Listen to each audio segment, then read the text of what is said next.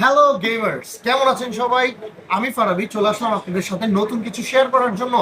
আপনারা রিসেন্টলি জানেন যে ইনফিনিক্সের মধ্যে কিন্তু একটা অলরেডি গেমিং ফোন আছে, যেটা হচ্ছে GT30 Pro।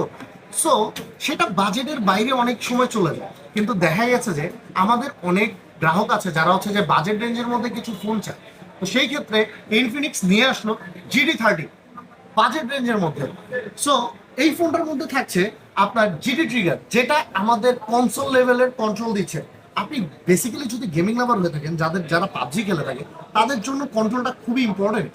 Second of all, এটাতে আছে কিন্তু আপনার 1.5K রেজলিউশনের অ্যামোলেড ডিসপ্লে, যেটা আই কেয়ার কারেকশনের মাধ্যমে আসবে। থার্ড হচ্ছে যে এই ফোনটার মধ্যে কিন্তু একটা মজার জিনিস ইউজ করা আছে, সেটা হচ্ছে যে আপনার 10টি গেম আপনি হাই HLFS এর মাধ্যমে রিসেন্টলি আপনি যে কোনো গেমই খেলতে পারবেন। যেটার মধ্যে হচ্ছে যে কিছু গেম আছে যেগুলো হচ্ছে যে 144 হার্টসের রিফ্রেশ রেটের মাধ্যমে 120 FPS দিচ্ছে।